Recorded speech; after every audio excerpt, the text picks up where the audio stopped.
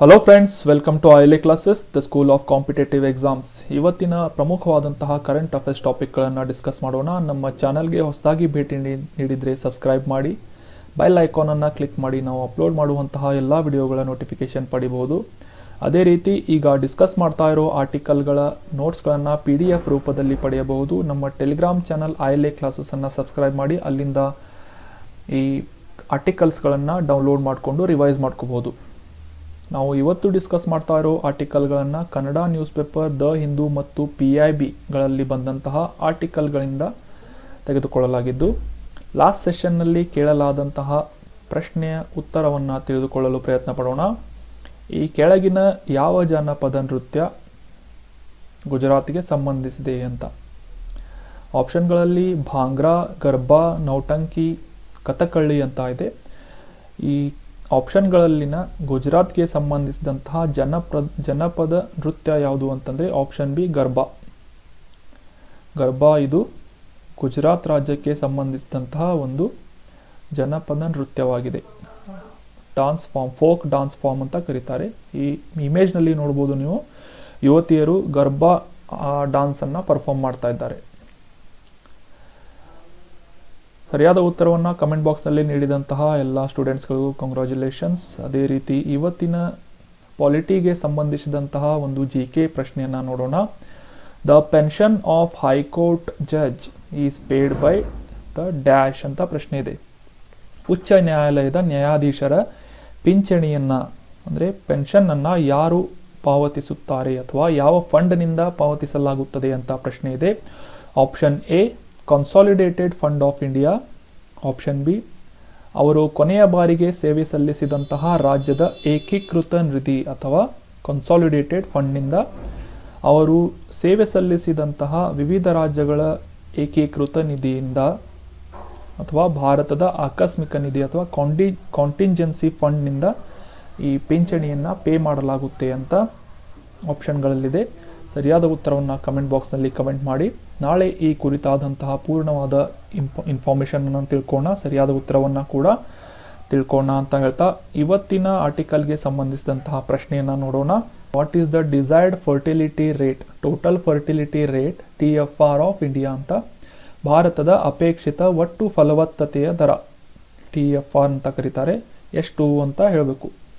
ಆಪ್ಷನ್ಗಳಲ್ಲಿ 2.3, 2.5, 2.1, 3 ಅಂತ ಇದೆ. ಸರಿಯಾದ ಉತ್ತರವನ್ನು ಆರ್ಟಿಕಲ್ ಡಿಸ್ಕಸ್ ಮಾಡುವುದರೊಂದಿಗೆ ತಿಳ್ಕೋಣ. ನಮ್ಮ ಕೇಂದ್ರ ಆರೋಗ್ಯ ಮತ್ತು ಕುಟುಂಬ ಕಲ್ಯಾಣ ಇಲಾಖೆಯ ರಾಜ್ಯ ಸಚಿವರಾದಂತಹ ಭಾರತಿ ಪ್ರವೀಣ್ ಪವಾರ್ ಅವರು ರೀಸೆಂಟಾಗಿ 2022ರ ನ್ಯಾಷನಲ್ ಫ್ಯಾಮಿಲಿ ಪ್ಲಾನಿಂಗ್ ಅನ್ನುವ ಒಂದು ಶೃಂಗಸಭೆಯಲ್ಲಿ ಭಾಗವಹಿಸಿದರು. ಸೊ ಈ ಒಂದು ಸಂದರ್ಭದಲ್ಲಿ ಭಾರತದ 31 ರಾಜ್ಯಗಳು ಮತ್ತು ಕೇಂದ್ರಾಡಳಿತ ಪ್ರದೇಶಗಳಲ್ಲಿ ಟೋಟಲ್ ಫರ್ಟಿಲಿಟಿ ರೇಟ್ ಅಥವಾ ಒಟ್ಟು ಫಲವತ್ತತೆಯ ದರ 2.1 ಅದಕ್ಕಿಂತ ಕಡಿಮೆ ಆಗುವಂತಹ ಒಂದು ದಿಕ್ಕಿನಲ್ಲಿ ಅಥವಾ ಒಂದು ರೀತಿಯಲ್ಲಿ ಸಾಗ್ತಾ ಇದೆ ಅಂತ ಹೇಳಿದ್ದಾರೆ. ಈ ಟೋಟಲ್ ಫರ್ಟಿಲಿಟಿ ರೇಟ್ ಅಂತ ಅಂದರೆ ಏನು ಅಂತ ತಿಳ್ಕೊಳ್ಳೋದಾದರೆ, an average number of children per woman. ಒಬ್ಬ ಮಹಿಳೆಗೆ ತನ್ನ ಜೀವಿತಾವಧಿಯಲ್ಲಿ ಎಷ್ಟು ಮಕ್ಕಳಿಗೆ ಆ ಮಹಿಳೆ ಜನ್ಮ ನೀಡುತ್ತಾಳೆ ಎನ್ನುವ ಒಂದು ಸಂಖ್ಯೆಯನ್ನು ಈ ಟೋಟಲ್ ಫರ್ಟಿಲಿಟಿ ರೇಟ್ ಅಥವಾ ಒಟ್ಟು ಫಲವತ್ತತೆಯ ದರ ಅಂತ ಕರೆಯಲಾಗುತ್ತೆ. ಸೊ ಈ ಪ್ರಶ್ನೆಗೆ ಸರಿಯಾಗಿ ಉತ್ತರ ಸಿಕ್ಕಿದೆ ಅಂತ ಅನ್ಕೋತೀನಿ. ಭಾರತದ ಒಟ್ಟು ಫಲವತ್ತತೆಯ ದರ ಎಷ್ಟು ಅಪೇಕ್ಷಣೆ ಆಗಿದೆ ಅಂತಂದರೆ ಆಪ್ಷನ್ ಸಿ 2.1. 1.5 ಕೋಟಿ additional users of modern contraceptive. ಆಧುನಿಕವಾದಂತಹ ಕಾಂಟ್ರಾಸೆಪ್ಟಿವ್ಗಳ ಒಂದು ಉಪಯೋಗದಿಂದ ಈ ರೀತಿಯಾದಂತಹ ಜನಸಂಖ್ಯೆಯ ಒಂದು ನಿಯಂತ್ರಣವನ್ನು ಭಾರತದಲ್ಲಿ ಮಾಡಲಾಗ್ತಾ ಇದೆ ಅಂತ ಹೇಳ್ತಾ ಇದ್ದಾರೆ. ಇನ್ನು ಮುಂದಿನ ಪ್ರಶ್ನೆಯನ್ನು ನೋಡೋಣ. ಭಾರತದ ಮೊದಲ ಗೂಗಲ್ ಸ್ಟ್ರೀಟ್ ವ್ಯೂ ಸೇವೆಯನ್ನು ಗೂಗಲ್ ಯಾವ ನಗರದಲ್ಲಿ ಪ್ರಾರಂಭ ಮಾಡ್ತಾ ಇದೆ ಅಂತ ಪ್ರಶ್ನೆ ಇದೆ. ಆಪ್ಷನ್ಗಳಲ್ಲಿ ಬೆಂಗಳೂರು, ದೆಹಲಿ, ಮುಂಬೈ, ಚೆನ್ನೈ ಅಂತ ಇದೆ.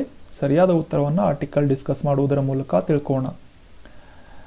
ಈ ಗೂಗಲ್ ಸ್ಟ್ರೀಟ್ ವ್ಯೂ ಅನ್ನುವ ಒಂದು ಸೇವೆಯನ್ನು ಗೂಗಲ್ ಕಂಪನಿಯಿಂದ ಭಾರತದಲ್ಲಿ ಮೊದಲ ಬಾರಿಗೆ ಬೆಂಗಳೂರಿನಲ್ಲಿ ಸ್ಟಾರ್ಟ್ ಮಾಡಲಾಗ್ತಾ ಇದೆ. ಇನ್ನು ಈ ಬೆಂಗಳೂರಿನ ಯಾವುದೇ ಸ್ಥಳವನ್ನು ಆಲ್ಮೋಸ್ಟ್ ಯಥಾವತ್ತಾಗಿ ನೋಡಬಹುದಾದಂತಹ ಅವಕಾಶವನ್ನು ಈ ಗೂಗಲ್ ಸ್ಟ್ರೀಟ್ ವ್ಯೂ ಅಪ್ಲಿಕೇಶನ್ ಉಪಯೋಗಿಸುವಂತಹ ಜನರಿಗೆ ಸಿಗಲಿದೆ. ಭಾರತದಲ್ಲಿ ಬೆಂಗಳೂರು ಅಷ್ಟೇ ಅಲ್ಲದೆ ಇನ್ನೂ ಉಳಿದ 9 ನಗರಗಳಲ್ಲೂ ಕೂಡ ಈ ರೀತಿಯಾದಂತಹ ಗೂಗಲ್ ಸ್ಟ್ರೀಟ್ ವ್ಯೂ ಸೇವೆಯನ್ನು ಗೂಗಲ್ ಕಂಪನಿಯಿಂದ ಮಾಡಲಾಗ್ತಾ ಇದೆ. ಅದರಲ್ಲಿ ಹೈದರಾಬಾದ್, ಕೋಲ್ಕತ್ತಾ, ಚೆನ್ನೈ, ದೆಹಲಿ, ಮುಂಬೈ, ಪುಣೆ, ನಾಸಿಕ್, ವಡೋದರಾ, ಅಹಮದ್ನಗರ್ ಮತ್ತು ಅಮೃತ್ಸರ್ಗಳಲ್ಲಿ ಈ ರೀತಿಯಾದಂತಹ ಗೂಗಲ್ ಸ್ಟ್ರೀಟ್ನ ಅಪ್ಲಿಕೇಶನ್ನ ಬಳಕೆ ಮಾಡಬಹುದಾದಂತಹ ವ್ಯವಸ್ಥೆಯನ್ನು ಗೂಗಲ್ನಿಂದ ಮಾಡಿಕೊಡಲಾಗಿದೆ. ಈ ಮ್ಯಾಪ್ನ ಒಂದು ಕಾಂಪ್ಲಿಮೆಂಟರಿ ಆದಂತಹ ಒಂದು ಸೇವೆ ಗೂಗಲ್ ಸ್ಟ್ರೀಟ್ ವ್ಯೂ ಅಂತ ಹೇಳಬಹುದು.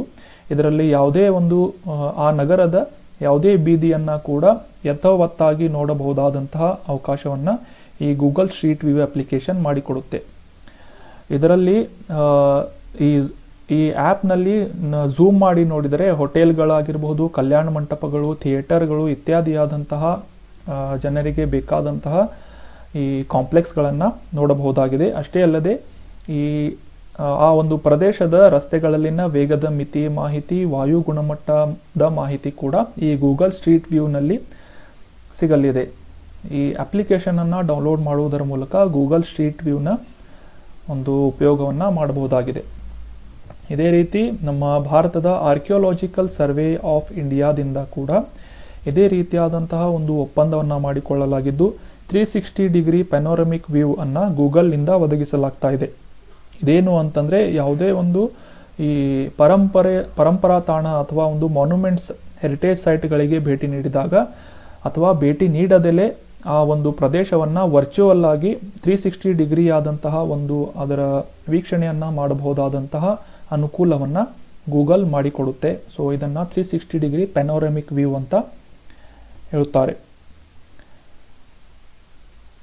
ಇನ್ನು ಪ್ರಶ್ನೆಗೆ ಹಿಂತಿರುಗಿ ನೋಡಿದಾಗ ಸರಿಯಾದ ಉತ್ತರ ಬೆಂಗಳೂರಿನಲ್ಲಿ ಭಾರತದಲ್ಲೇ ಮೊದಲ ಬಾರಿಗೆ ಈ ಗೂಗಲ್ ಸ್ಟ್ರೀಟ್ ವ್ಯೂ ಅನ್ನುವ ಒಂದು ಸರ್ವಿಸನ್ನು ಗೂಗಲ್ ಕಂಪನಿಯಿಂದ ಮಾಡಿಕೊಡಲಾಗಿದೆ. ಮುಂದಿನ ಪ್ರಶ್ನೆಯನ್ನು ನೋಡೋಣ. India is hosting chess olympiad for second time ಅಂತ ಈ ಒಂದು ಸ್ಟೇಟ್ಮೆಂಟ್ನಲ್ಲಿರುವಂತಹ ಈ ಪ್ರಶ್ನೆ ಭಾರತದಲ್ಲಿ 2ನೇ ಬಾರಿಗೆ ಚೆಸ್ ಒಲಿಂಪಿಯಾಡ್ ಅನ್ನ ಆತಿಥ್ಯವನ್ನು ವಹಿಸ್ತಾ ಇದೆ ಅಂತ ಸ್ಟೇಟ್ಮೆಂಟ್ ಇದೆ. ಇದು ಸರಿ ಅಥವಾ ತಪ್ಪು, ಟ್ರೂ ಆರ್ ಫಾಲ್ಸ್ ಅಂತ ಆರ್ಟಿಕಲ್ ಡಿಸ್ಕಸ್ ಮಾಡುವುದರ ಮೂಲಕ ತಿಳ್ಕೋಣ. ಭಾರತದಲ್ಲಿ 44ನೇ ಒಂದು ಆವೃತ್ತಿಯ ಚೆಸ್ ಒಲಿಂಪಿಯಾಡ್, ಈ ಚೆಸ್ ಕಾಂಪಿಟೇಷನ್ ಅನ್ನು ನಡೆಸಲಾಗ್ತಾ ಇದೆ. ತಮಿಳುನಾಡಿನ ಮಹಾಬಲಿಪುರಂನಲ್ಲಿ ಇದರ ಪ್ರಾರಂಭವನ್ನು ಮಾಡಲಾಗ್ತಾ ಇದೆ. ಇದರ ಒಂದು ಆತಿಥ್ಯವನ್ನು ಭಾರತ ವಹಿಸಿಕೊಂಡಿದೆ 44ನೇ ಆವೃತ್ತಿಯ ಚೆಸ್ ಒಲಿಂಪಿಯಾಡ್ನ ಕಾಂಪಿಟೇಷನನ್ನು. ಈ ಒಂದು ಸಂದರ್ಭದಲ್ಲಿ ಮುಕ್ತ ವಿಭಾಗದಲ್ಲಿ 188 ಮತ್ತು ಮಹಿಳಾ ವಿಭಾಗದಲ್ಲಿ 162 ತಂಡಗಳು ಈ ಚೆಸ್ ಕಾಂಪಿಟೇಷನ್ನಲ್ಲಿ ಸ್ಪರ್ಧಿಸ್ತಾ ಇದ್ದಾರೆ. ಇದರ ಮೂಲಕ ಭಾರತದಲ್ಲೇ ಮೊದಲ ಬಾರಿಗೆ ಈ ಒಂದು ಚೆಸ್ ಒಲಿಂಪಿಯಾಡ್ನ ಆಯೋಜನೆಯನ್ನು ಮಾಡಲಾಗ್ತಾ ಇದೆ. ಸುಮಾರು 98 ವರ್ಷಗಳ ಇತಿಹಾಸವನ್ನು ಹೊಂದಿರುವಂತಹ ಈ ಚೆಸ್ ಒಲಿಂಪಿಯಾಡ್ ಕಾಂಪಿಟೇಷನ್ ಏನಿದೆ, ಚೆಸ್ ಕಾಂಪಿಟೇಷನ್ ಮೊದಲ ಬಾರಿಗೆ ಭಾರತದಲ್ಲಿ ನಡೀತಾ ಇದೆ. ಎಲ್ಲಿ ಅಂತಂದರೆ ತಮಿಳುನಾಡಿನಲ್ಲಿ. ಇನ್ನು ಈ ಜುಲೈ 28ರಿಂದ ಆಗಸ್ಟ್ 10ರವರೆಗೆ ಈ ಸ್ಪರ್ಧೆ ನಡೆಯಲಿದೆ ಅಂತ ಹೇಳ್ತಾ ಇದ್ದಾರೆ. ಪ್ರಶ್ನೆಗೆ ಸರಿಯಾದ ಉತ್ತರ ತಿಳಿದಿದೆ ಅಂತ ತಿಳ್ಕೊತೀನಿ. ಇದು 2ನೇ ಬಾರಿಯಲ್ಲ, ಮೊದಲ ಬಾರಿಗೆ ಈ ರೀತಿಯಾದಂತಹ ಚೆಸ್ ಒಲಿಂಪಿಯಾಡ್ ಕಾಂಪಿಟೇಷನ್ ಅನ್ನು ಭಾರತದಲ್ಲಿ ಆಯೋಜಿಸಲಾಗಿದೆ. ಸೊ ಸ್ಟೇಟ್ಮೆಂಟ್ ಈಸ್ ಫಾಲ್ಸ್ ಅಥವಾ ತಪ್ಪು. ಮುಂದಿನ ಪ್ರಶ್ನೆಯನ್ನು ನೋಡೋಣ. ಈ ಬ್ಯಾಂಕ್ ಖಾತೆಗೆ ಸಂಬಂಧಿಸಿದಂತಹ ಬ್ಯಾಂಕ್ ಅಕೌಂಟ್ ಬ್ಲಾಕಿಂಗ್ ಸಿಸ್ಟಮ್ ಅಂದರೆ ಏನು ಅಂತ ಈ ಒಂದು ಆರ್ಟಿಕಲ್ನಲ್ಲಿ ಡಿಸ್ಕಸ್ ಮಾಡೋಣ. ನೂತನವಾಗಿ ಜಾರಿಗೊಳಿಸಿದಂತಹ ಈ ಬ್ಯಾಂಕ್ ಅಕೌಂಟ್ ಬ್ಲಾಕಿಂಗ್ ಸಿಸ್ಟಮ್ ಅಥವಾ ಬ್ಯಾಂಕ್ ಖಾತೆಯ ನಿರ್ಬಂಧಿಸುವ ವ್ಯವಸ್ಥೆ ಅಂದರೆ ಏನು ಅಂತಂದರೆ, ಈ ಸೈಬರ್ ದಾಳಿಗಳನ್ನು ತಡೆಯುವಂತಹ ನಿಟ್ಟಿನಲ್ಲಿ ಪೊಲೀಸರು ಮತ್ತು ಬ್ಯಾಂಕ್ಗಳ ಒಂದು ಸಿಸ್ಟಮ್ ಏನಿದೆ ಸಾಕಷ್ಟು ಶ್ರಮವನ್ನು ವಹಿಸಿ ಕೆಲಸ ಮಾಡ್ತಾ ಇದ್ದು 112 ಈ ನಂಬರ್ಗೆ ಕರೆ ಮಾಡಿದರೆ ಇಮಿಡಿಯೇಟ್ ಆಗಿ ಯಾವುದೇ ರೀತಿಯಾದಂತಹ ಒಂದು ಖದೀಮರಿಂದ ಕಳ್ಳತನಕ್ಕೆ ಒಳಗಾದಂತಹ ಸೈಬರ್ ದಾಳಿಗಳಿಗೆ ಒಳಗಾದಂತಹ ವ್ಯಕ್ತಿ ತನ್ನ ಕಳೆದು ಹೋದಂತಹ ದುಡ್ಡನ್ನು ಅಥವಾ ಹಣವನ್ನು ಹಿಂಪಡೆಯಬಹುದಾದಂತಹ ಅವಕಾಶಗಳು ಹೆಚ್ಚಾಗುತ್ತೆ ಅಂತ ಅನ್ನುವ ಉದ್ದೇಶದಿಂದ ಈ 112 ನಂಬರನ್ನು ಸೈಬರ್ ಸೆಕ್ಯುರಿಟಿಗೆ ಸಂಬಂಧಿಸಿದಂತೆ ವ್ಯವಸ್ಥೆ ಮಾಡಲಾಗಿದೆ. ಈ ಬ್ಯಾಂಕ್ ಅಕೌಂಟ್ ಬ್ಲಾಕಿಂಗ್ ಸಿಸ್ಟಮನ್ನು ಮೊದಲ ಬಾರಿಗೆ ಕರ್ನಾಟಕದಲ್ಲಿ ಪ್ರಾರಂಭ ಮಾಡ್ತಾ ಇದ್ದು, ಈ ಸೈಬರ್ ದಾಳಿಯಿಂದ ಟ್ರಾನ್ಸ್ಫರ್ ಆದಂತಹ ಹಣ ಯಾವ ಖಾತೆಗೆ ಟ್ರಾನ್ಸ್ಫರ್ ಆಗಿದೆ ಅಂತ ತಿಳ್ಕೊಂಡು ಆ ಬ್ಯಾಂಕ್ ಅಕೌಂಟನ್ನು ಕೂಡ ಸೀಸ್ ಮಾಡಲಾಗುತ್ತೆ. ಅಷ್ಟೇ ಅಲ್ಲದೆ ಸಪೋಸ್ ಅವರು ಆನ್ಲೈನ್ ಯಾವುದೇ ರೀತಿಯಾದಂತಹ ಒಂದು ಪರ್ಚೇಸಿಂಗ್ ಮಾಡಿದರೆ, ಯಾವುದೇ ವೌಚರ್ಗಳನ್ನು ಉಪಯೋಗಿಸಿಕೊಂಡು ಶಾಪಿಂಗ್ ಮಾಡಿದರೆ ಕೂಡ ಅದಕ್ಕೆ ಸಂಬಂಧಪಟ್ಟಂತಹ ಕಂಪನಿಗೆ ಕರೆ ಮಾಡಿ ಆ ವಂಚಕರ ಕೈಗಳಿಗೆ ಆರ್ಡರ್ ಮಾಡಿದಂತಹ ಸರಕು ಸಿಗದೇ ಇರುವಂತೆ ನೋಡಿಕೊಳ್ಳಲಾಗುತ್ತೆ. ಈ ರೀತಿಯಾಗಿ ಸೈಬರ್ ದಾಳಿಗಳಿಂದ ಜನರನ್ನು ಕಾಪಾಡುವ ಒಂದು ದೃಷ್ಟಿಯಿಂದ ಬ್ಯಾಂಕ್ ಅಕೌಂಟ್ ಬ್ಲಾಕಿಂಗ್ ಸಿಸ್ಟಮನ್ನು ಜಾರಿಗೊಳಿಸಲಾಗಿದೆ ಅಂತ ನಮ್ಮ ಕಮಾಂಡ್ ಸೆಂಟರ್ DCP ತಿಳಿಸಿದ್ದಾರೆ. ಇನ್ ಕೇಸ್ ಯಾವುದಾದ್ರೂ ಒಂದು ಸೈಬರ್ ಅಟ್ಯಾಕ್ ಆಗಿದೆ ಅಂತ ನಿಮಗೆ ಸಂಶಯ ಬಂದರೆ, ನಿಮ್ಮ ಹಣ ಏನಾದರೂ ಸೈಬರ್ ಅಟ್ಯಾಕ್ನಿಂದ ಕಳೆದು ಹೋದರೆ ಇಮಿಡಿಯೇಟ್ ಆಗಿ 112 ನಂಬರ್ಗೆ ಕಾಲ್ ಮಾಡಿ ನಿಮ್ಮ ಹಣವನ್ನು ವಾಪಸ್ ಪಡೆದುಕೊಳ್ಳುವಂಥ ಅವಕಾಶವನ್ನು ಹೆಚ್ಚಿಸಿಕೊಳ್ಳಬಹುದು. So this is all about the concept of bank ಖಾತೆ ನಿರ್ಬಂಧಿಸುವ ವ್ಯವಸ್ಥೆ ಅಥವಾ ಬ್ಯಾಂಕ್ ಅಕೌಂಟ್ ಬ್ಲಾಕಿಂಗ್ ಸಿಸ್ಟಮ್ ಅಂತ. ಐ ಹೋಪ್ ನಿಮಗೆ ಕಾನ್ಸೆಪ್ಟ್ ಕ್ಲಿಯರ್ ಆಗಿದೆ ಅಂತ ಅನ್ಕೋತೀನಿ. ಮುಂದಿನ ಪ್ರಶ್ನೆಯನ್ನು ನೋಡೋಣ. The rising day of CRPF is celebrated on which day? CRPFನ ರೈಸಿಂಗ್ ಡೇ ಅನ್ನಾಗಿ ಯಾವ ದಿನ ಆಚರಿಸಲಾಗುತ್ತೆ ಅಂತ ಪ್ರಶ್ನೆ ಇದೆ.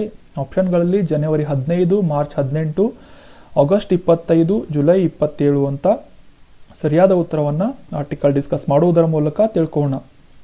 84ನೇ ರೈಸಿಂಗ್ ದಿನವನ್ನು CRPFನ ಸೆಂಟ್ರಲ್ ರಿಸರ್ವ್ ಪೊಲೀಸ್ ಫೋರ್ಸ್, ಇದರ ಫುಲ್ ಫಾರ್ಮ್, ಇದರ 84ನೇ ರೈಸಿಂಗ್ ದಿನಾಚರಣೆಯನ್ನು 27 ಜುಲೈ 2022 ಆಚರಿಸಲಾಯಿತು. ಸೊ ಭಾರತದ ಯುನಿಟಿ, ಇಂಟಿಗ್ರಿಟಿ, ಸೋವರ್ನಿಟಿ ಅಥವಾ ಐಕ್ಯತೆ, ಸಮಗ್ರತೆ ಮತ್ತು ಸಾರ್ವಭೌಮತೆಯನ್ನು ಕಾಪಾಡುವ ನಿಟ್ಟಿನಲ್ಲಿ CRPF ಸಶಸ್ತ್ರ ಪಡೆಗಳು ಮಾಡಿದಂತಹ ಕಾಂಟ್ರಿಬ್ಯೂಷನ್ ಅಥವಾ ಕೊಡುಗೆಯನ್ನು ಸ್ಮರಿಸುವ ಉದ್ದೇಶದಿಂದ ಪ್ರತಿ ವರ್ಷ 27 ಜುಲೈದಂದು CRPF ರೈಸಿಂಗ್ ಡೇ ಅನ್ನು ಆಚರಿಸಲಾಗುತ್ತೆ. ಈ CRPF ಭಾರತದಲ್ಲಿ ಅತ್ಯಂತ ದೊಡ್ಡದಾದಂತಹ ಆರ್ಮ್ಡ್ ಪೊಲೀಸ್ ಫೋರ್ಸ್ ಆಗಿದ್ದು, ಇದು ಮಿನಿಸ್ಟ್ರಿ ಆಫ್ ಹೋಮ್ ಅಫೇರ್ಸ್ನ ಅಡಿಯಲ್ಲಿ ಕೆಲಸ ಮಾಡುತ್ತೆ. ಗೃಹ ಸಚಿವಾಲಯದ ಅಡಿಯಲ್ಲಿ CRPF ಕೆಲಸ ಮಾಡುತ್ತೆ. ಅಷ್ಟೇ ಅಲ್ಲದೆ ಈ CRPFನ ಹಿನ್ನೆಲೆಯನ್ನು ಅಥವಾ ಇದರ ಇತಿಹಾಸವನ್ನು ತಿಳ್ಕೊಳ್ಳೋದಾದರೆ, ಬ್ರಿಟಿಷ್ ಆಡಳಿತದ ಸಮಯದಲ್ಲಿ ಜುಲೈ 27, 1939ರಲ್ಲಿ ಕ್ರೌನ್ ರಿಪ್ರೆಸೆಂಟೇಟಿವ್ಸ್ ಪೊಲೀಸನ್ನು ಪ್ರಾರಂಭ ಮಾಡಲಾಗಿತ್ತು. ಅದಾದ ನಂತರ ಸ್ವಾತಂತ್ರ್ಯ ನಂತರ CRPF ಆ್ಯಕ್ಟ್ ಅಥವಾ ಸೆಂಟ್ರಲ್ ರಿಸರ್ವ್ ಪೊಲೀಸ್ ಫೋರ್ಸ್ ಆ್ಯಕ್ಟನ್ನು ಜಾರಿಗೊಳಿಸಲಾಗಿತ್ತು 28 ಡಿಸೆಂಬರ್ 1949ರಂದು. ಸೊ ಅದಾದ ನಂತರ ಜುಲೈ 27 ಇದರ ಪ್ರಾರಂಭವಾದ ದಿನವನ್ನು ಪ್ರತಿ ವರ್ಷ CRPF ರೈಸಿಂಗ್ ಡೇ ಅನ್ನಾಗಿ ಆಚರಿಸಲಾಗುತ್ತೆ.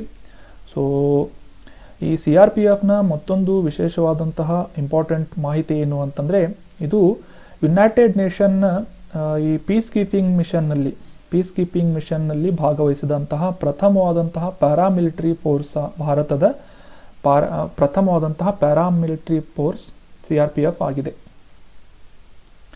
ಇನ್ನು ಪ್ರಶ್ನೆಗೆ ಹಿಂತಿರುಗಿ ನೋಡಿದಾಗ, the rising day of CRPF is July 27. ಮುಂದಿನ ಪ್ರಶ್ನೆಯನ್ನು ನೋಡೋಣ. ಕರ್ನಾಟಕದಲ್ಲಿ ಮಕ್ಕಳ ಕನಿಷ್ಠ ದಾಖಲಾತಿಯ ವಯಸ್ಸು ಎಷ್ಟಿರಬೇಕು? ಮಕ್ಕಳಿಗೆ ಶಾಲೆಗೆ ಸೇರಿಸಬೇಕು ಅಂತಂದರೆ ಮಿನಿಮಮ್ ಎಷ್ಟು ವಯಸ್ಸಾಗಿರಬೇಕು ಅಂತ ಪ್ರಶ್ನೆ ಇದೆ. ಕರ್ನಾಟಕದ ಗೌರ್ಮೆಂಟ್ನ ಕಡೆಯಿಂದ ಒಂದು ಗೈಡ್ಲೈನ್ಸನ್ನು ನೀಡಲಾಗಿದ್ದು, ಅದರ ಪ್ರಕಾರ ಈಗ ಅಪ್ಡೇಟ್ ಆಗಿದೆ ಇದು ಈ ಏಜ್ ಲಿಮಿಟ್. ಸೊ ಆಪ್ಷನ್ಗಳಲ್ಲಿ 6 ವರ್ಷ 5 ತಿಂಗಳು, ಆಪ್ಷನ್ ಬಿ 6 ವರ್ಷಗಳು, ಆಪ್ಷನ್ ಸಿ 5 ವರ್ಷ 5 ತಿಂಗಳು, ಆಪ್ಷನ್ ಡಿ 5 ವರ್ಷಗಳು ಅಂತ ಇದೆ. ಆರ್ಟಿಕಲನ್ನು ಡಿಸ್ಕಸ್ ಮಾಡೋಣ. ರೀಸೆಂಟಾಗಿ ಕರ್ನಾಟಕ ಸರ್ಕಾರದಿಂದ ನೀಡಲಾದಂತಹ ಒಂದು ಇನ್ಸ್ಟ್ರಕ್ಷನ್ಸ್ನ ಪ್ರಕಾರ ಪ್ರತಿ ಶಾಲೆಯಲ್ಲೂ ಕೂಡ ಈ 6 ವರ್ಷ ತುಂಬಿದ ಮಕ್ಕಳಿಗೆ ಮಾತ್ರ 1ನೇ ತರಗತಿಗೆ ದಾಖಲಾತಿಯನ್ನು ನೀಡಬೇಕು ಅಂತ ಇನ್ಸ್ಟ್ರಕ್ಷನನ್ನು ನೀಡಲಾಗಿದೆ. ಇದಕ್ಕಿಂತ ಮುಂಚೆ 5 ವರ್ಷ 5 ತಿಂಗಳಿಗೆ ಲಿಮಿಟನ್ನು ಸೆಟ್ ಮಾಡಲಾಗಿತ್ತು. ಸೊ ಸದ್ಯಕ್ಕೆ ಈ ಒಂದು ಏಜ್ ಲಿಮಿಟನ್ನು ರೈಸ್ ಮಾಡಿ ಕಂಪಲ್ಸರಿ 6 ವರ್ಷಗಳನ್ನು ತುಂಬಿರುವಂತಹ ಮಕ್ಕಳಿಗೆ ಈ 1ನೇ ತರಗತಿಗೆ ದಾಖಲಾತಿಯನ್ನು ಮಾಡಬೇಕು ಅಂತ ಹೇಳಲಾಗಿದೆ. ಈ ಒಂದು ರೂಲ್ಸನ್ನು ಈಗ ಬರುವಂತಹ ಒಂದು ಶೈಕ್ಷಣಿಕ ವರ್ಷದಿಂದ ಪ್ರಾರಂಭ ಮಾಡಲಾಗುತ್ತದೆ. RTA ಆ್ಯಕ್ಟ್ ಅಥವಾ ರೈಟ್ ಟು ಎಜುಕೇಷನ್ ಆ್ಯಕ್ಟ್ 2009 ಅಡಿಯಲ್ಲಿ ಅದೇ ರೀತಿ 2020 ನ್ಯಾಷನಲ್ ಎಜುಕೇಷನ್ ಪಾಲಿಸಿಗೆ ಕಾಂಪ್ಲೈ ಆಗುವಂತಹ ನಿಟ್ಟಿನಲ್ಲಿ 1ನೇ ತರಗತಿಗೆ ಸೇರಿಸಿಕೊಳ್ಳುವಂತಹ ಪ್ರತಿ ಮಗುವಿಗೆ 6 ವರ್ಷ ಕಂಪ್ಲೀಟ್ ಆಗಿರಬೇಕು. ಇವನ್ 5 ವರ್ಷ 11 ತಿಂಗಳು ತುಂಬಿದಂತಹ ಮಗುವನ್ನು ಕೂಡ ಮುಂದಿನ ವರ್ಷವೇ ಈ ಶಾಲೆಗೆ ದಾಖಲು ಮಾಡಬಹುದು ಅಂತ ಈ ಇನ್ಸ್ಟ್ರಕ್ಷನ್ ಅನ್ನು ನೀಡಲಾಗಿದೆ. ಎನ್ರೋಲ್ ಮಾಡಬಹುದು ಅಂತ ಇನ್ಸ್ಟ್ರಕ್ಷನ್ ಅನ್ನು ನೀಡಲಾಗಿದೆ. 21 ರಾಜ್ಯಗಳಲ್ಲಿ ಆಲ್ರೆಡಿ ಈ ರೀತಿಯಾದಂತಹ ರೂಲ್ಸ್ ಅನ್ನು ಜಾರಿಗೆ ತರಲಾಗಿದ್ದು, ಕರ್ನಾಟಕದಲ್ಲಿ ಈ ಒಂದು ಶಾಲೆಗೆ ದಾಖಲಾಗುವಂತಹ ಮಗುವಿನ ವಯಸ್ಸನ್ನು ಏರಿಸಿ 6 ವರ್ಷಕ್ಕೆ ಏರಿಸಲಾಗಿದೆ. ಸೊ ಸರಿಯಾದ ಉತ್ತರ ಆಪ್ಷನ್ ಬಿ, 6 ವರ್ಷಗಳು. ಮುಂದಿನ ಆರ್ಟಿಕಲ್ ಕಾಮನ್ವೆಲ್ತ್ ಗೇಮ್ಸ್ಗೆ ಸಂಬಂಧಪಟ್ಟಿದೆ. 1998 ಬಳಿಕ ಅಂದರೆ 28 ವರ್ಷಗಳ ನಂತರ ಕ್ರಿಕೆಟನ್ನು ಕಾಮನ್ವೆಲ್ತ್ ಗೇಮ್ನಲ್ಲಿ ಆ್ಯಡ್ ಮಾಡಲಾಗಿದೆ. ಮಹಿಳೆಯರ T20 ಕ್ರಿಕೆಟನ್ನು ಈ ಕಾಮನ್ವೆಲ್ತ್ ಗೇಮ್ಸ್ನಲ್ಲಿ ಆ್ಯಡ್ ಮಾಡಲಾಗಿದ್ದು, ಭಾರತ, ಆಸ್ಟ್ರೇಲಿಯಾ, ಇಂಗ್ಲೆಂಡ್, ನ್ಯೂಜಿಲೆಂಡ್ ಮತ್ತು ಪಾಕಿಸ್ತಾನದಂತಹ ತಂಡಗಳು, ಮಹಿಳಾ ಕ್ರಿಕೆಟ್ ತಂಡಗಳು ಈ T20 ಗೇಮನ್ನು ಕಾಮನ್ವೆಲ್ತ್ ಗೇಮ್ಸ್ನಲ್ಲಿ ಆಡಲಿವೆ.